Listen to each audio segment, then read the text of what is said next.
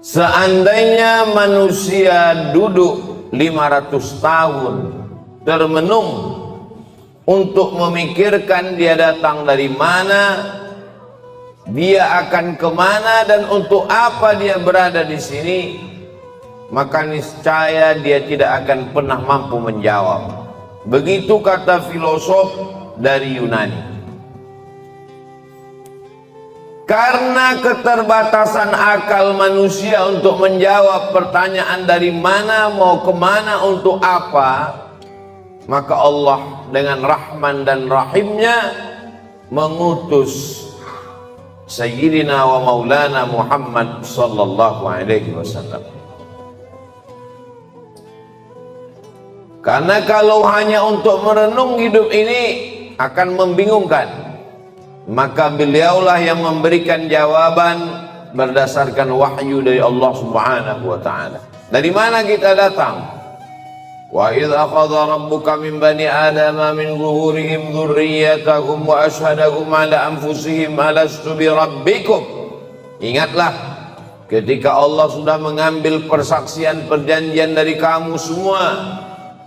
Belum ada darah, belum ada kuku, belum ada bulu, belum ada rambut, belum ada daging. Ketika itu roh kita semua sudah berkumpul di hadapan Allah Subhanahu wa ta'ala. Dan Allah bertanya dengan satu pertanyaan, alastu bi rabbikum, bukankah aku ini Rabb kamu? Lalu kita semua menjawab, bala syahidna, kami bersaksi engkau adalah Rabb kami. Dari sanalah kita datang. Ini bukan tempat kita, ini tempat perantauan, tempat ujian, tempat jalan-jalan. Nanti kita akan kembali ke tempat asal kita. Maka semua yang kembali selalu kita sebut inna lillahi wa inna ilaihi raji'un. Semuanya kembali. Di tempat perantauan hati memang tidak tenang, selalu ingin pulang. Maka selalu keluar ungkapan ar-rahah fil jannah. Ketenangan itu nanti di kampung halaman tempat asli kita di surga, bersama Allah, bersama Rasulullah sallallahu alaihi wasallam. Setelah kita tahu, kita sadar kita datang dari mana, lalu untuk apa kita di sini? Wa ma khalaqatul jinna wal insa, tidaklah aku ciptakan jin dan manusia illa liya'budun, kecuali hanya untuk satu saja, beribadah. Kalaulah hidup hanya untuk beribadah, lalu bagaimana dengan perdagangan, perniagaan, pertanian? Bagaimana dengan membesarkan anak-anak? Disitulah kasih sayang Allah. Yang berdagang pun juga bernilai ibadah. Melangkahkan kaki dari rumah, bismillahirrahmanirrahim, wa Allah wa atasamtu billah la haula wa la quwata illa billah. Maka sesungguhnya di dalam tokonya, di dalam rukonya, di dalam pasarnya dia sedang beribadah. At-tajir seorang pedagang, as-saduq jujur, al-amin amanah, tidak curang, tidak bohong, tidak tipu, tidak dusta. Ma'an nabiyyin, mereka bersama dengan para nabi, was-siddiqin, bersama dengan orang yang benar, was-syuhada, bersama orang mati syahid, was-salihin, mereka akan bersama dengan orang-orang yang saleh. Mereka beribadah.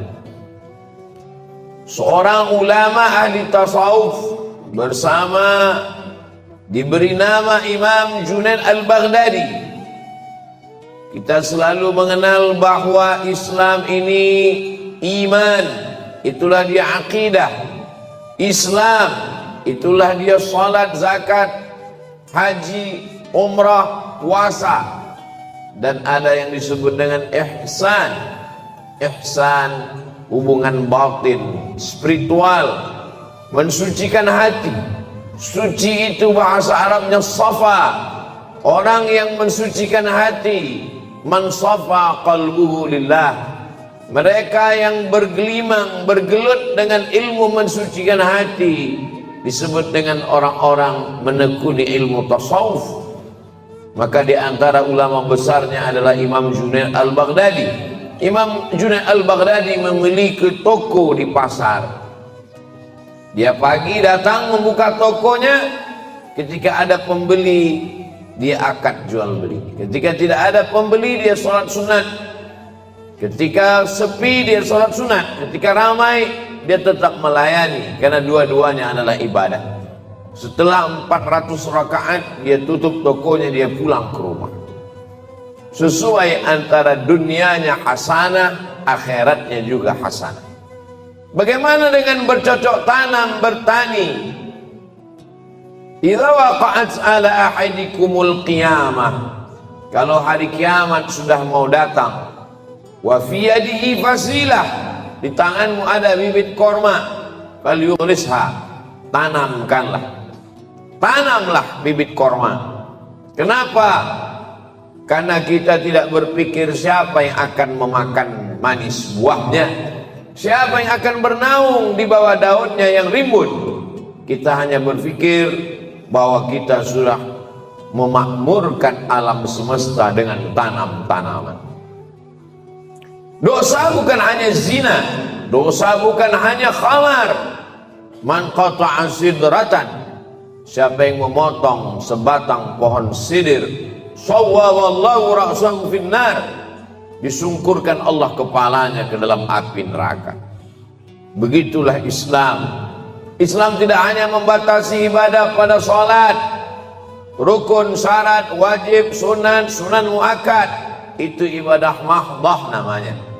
Tapi ada perbuatan-perbuatan yang kelihatannya bukan ibadah, tapi dia bernilai ibadah.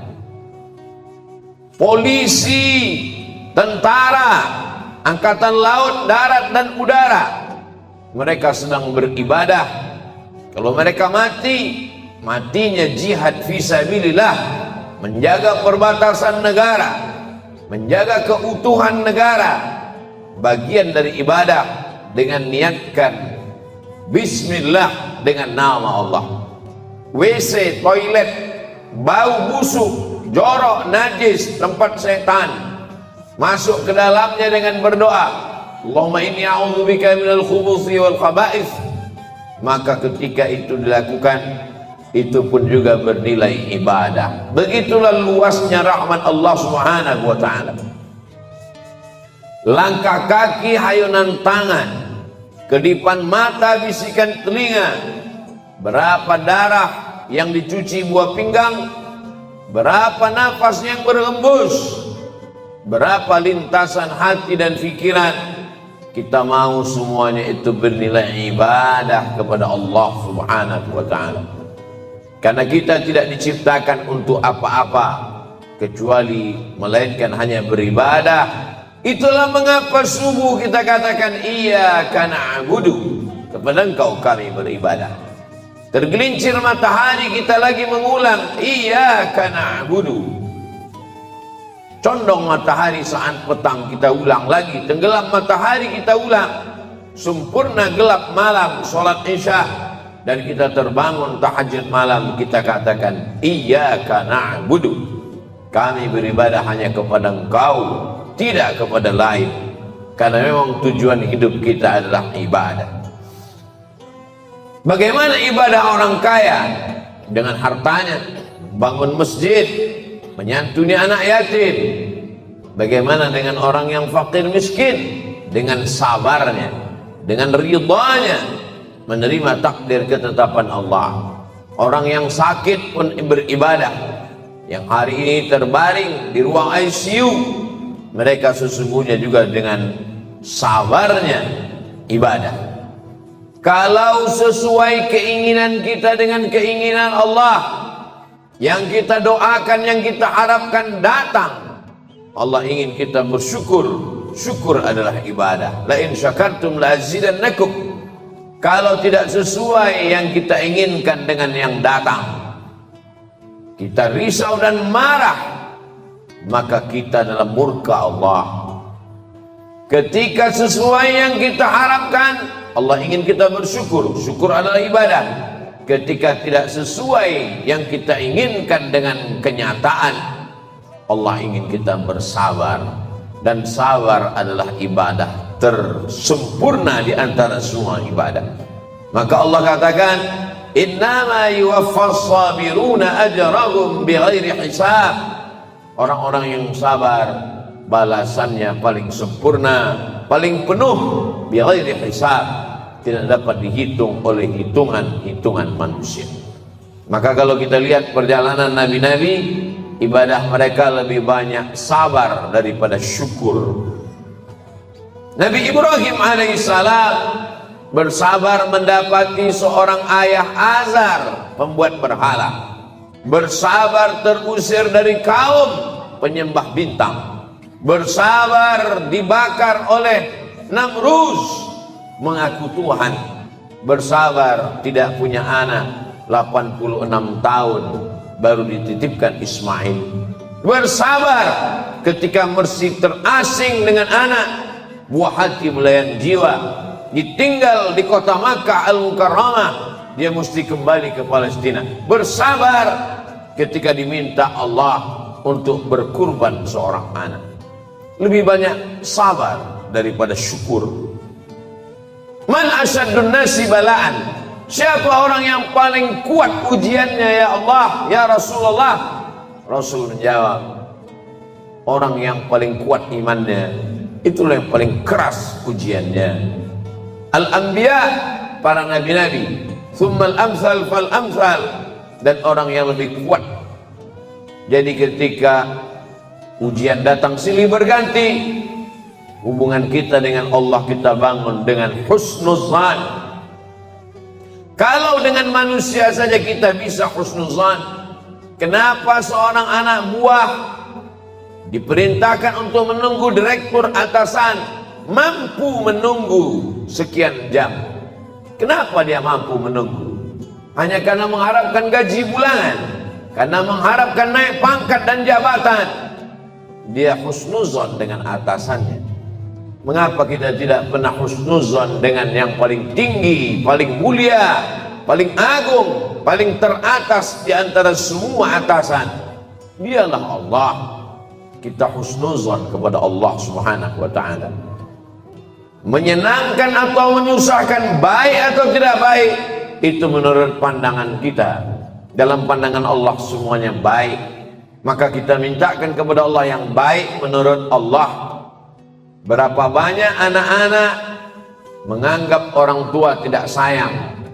Anak berharap ingin dibelikan handphone, anak berharap ingin dibelikan sepeda motor, anak berharap ingin dibelikan mobil.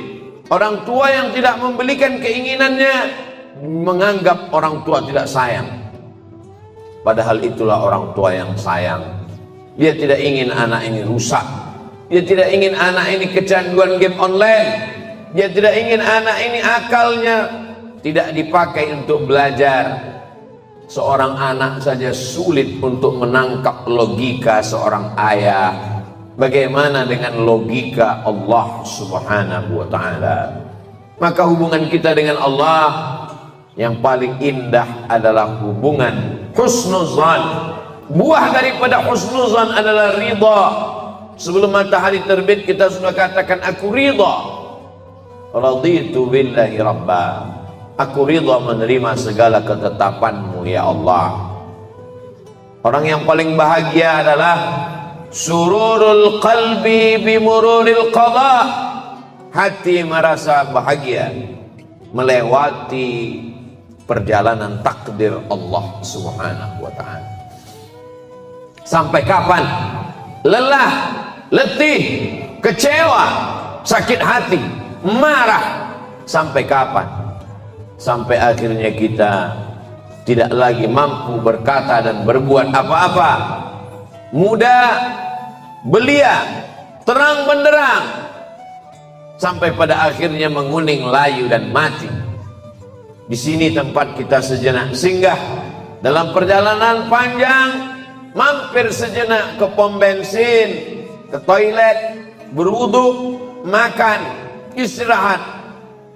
setelah fresh kita lanjutkan perjalanan. Perjalanan kita selanjutnya adalah kembali menghadap Allah. Ketika kita sudah lulus dengan berbagai macam ujian, ridha, sabar, tawakal, berat ujian hidup, ada yang maha besar tempat mengadu. Angkat kedua tanganmu, katakan Allahu Akbar. Besar ujian hidupmu, ada yang maha besar. Allahu Akbar. Besar dosamu, ada yang ampunannya lebih luas. Dzunubi mithlu a'dadir rimali. Dosaku sebanyak buih di lautan, sebanyak pasir di pantai, tapi ampunanmu lebih luas, lebih banyak lagi daripada itu ya Allah. Abu'u laka bi ni'matika alayya. Aku datang menghadapmu, membawa nikmatmu, nikmat mata, nikmat tenaga. Wa abu'u bi dzambi. Tapi justru aku datang membalasnya dengan dosa-dosaku. Tapi aku yakin dan percaya Engkau mengampuni segala silap, salah dan dosa.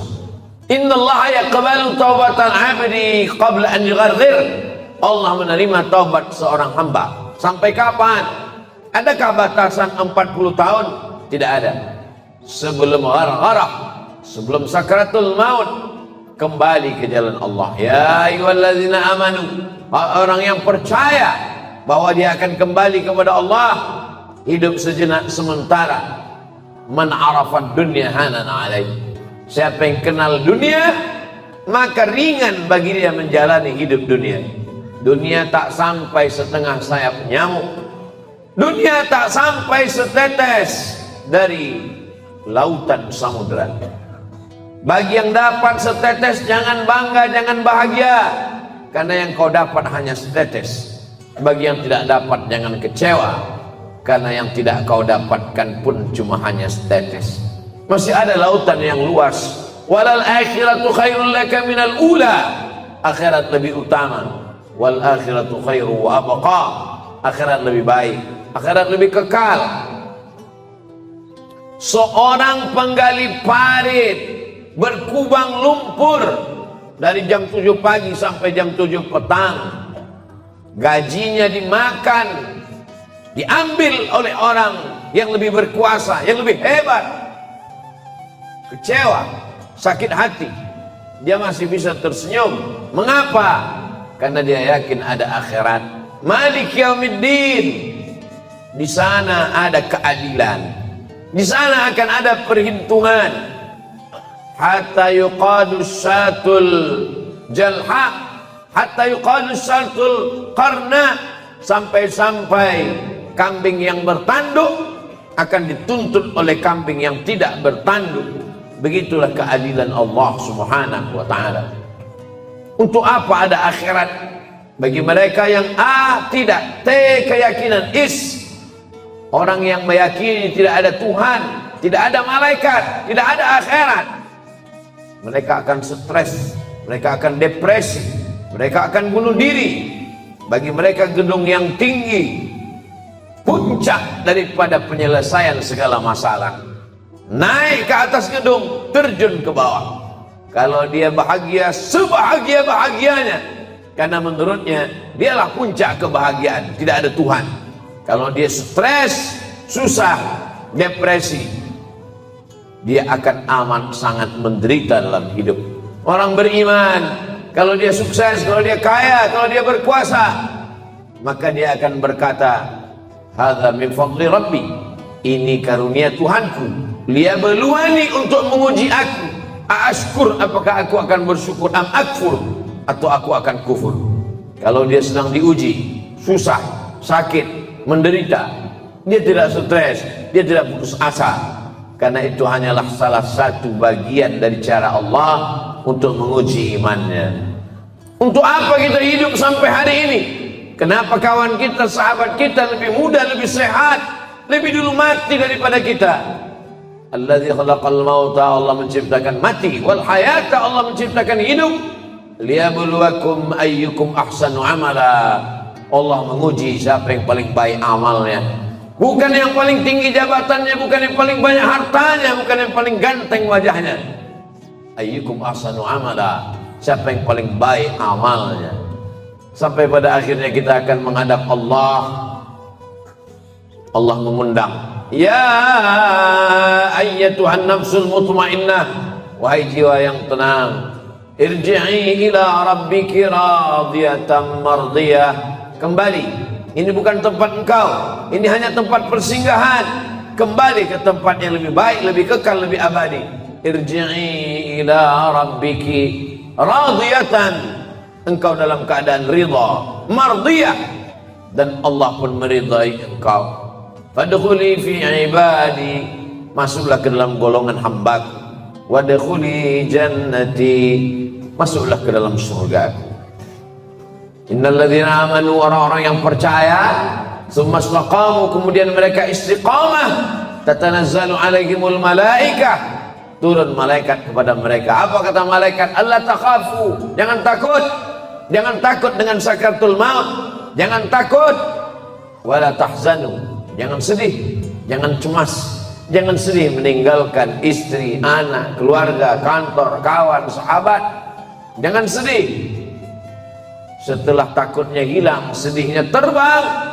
Wa abshiru bil jannati allati kuntum tu'adun, berbahagialah, engkau mendapatkan janji Allah. Dan Allah kalau sudah berjanji, innaka la tukhliful mi'ad, engkau tidak pernah ingkar janji. Semoga kita selalu dalam keadaan istiqamah iman dan Islam, bersabar dalam keadaan senang, kenyang, diberikan kekuatan dalam keadaan susah dan payah.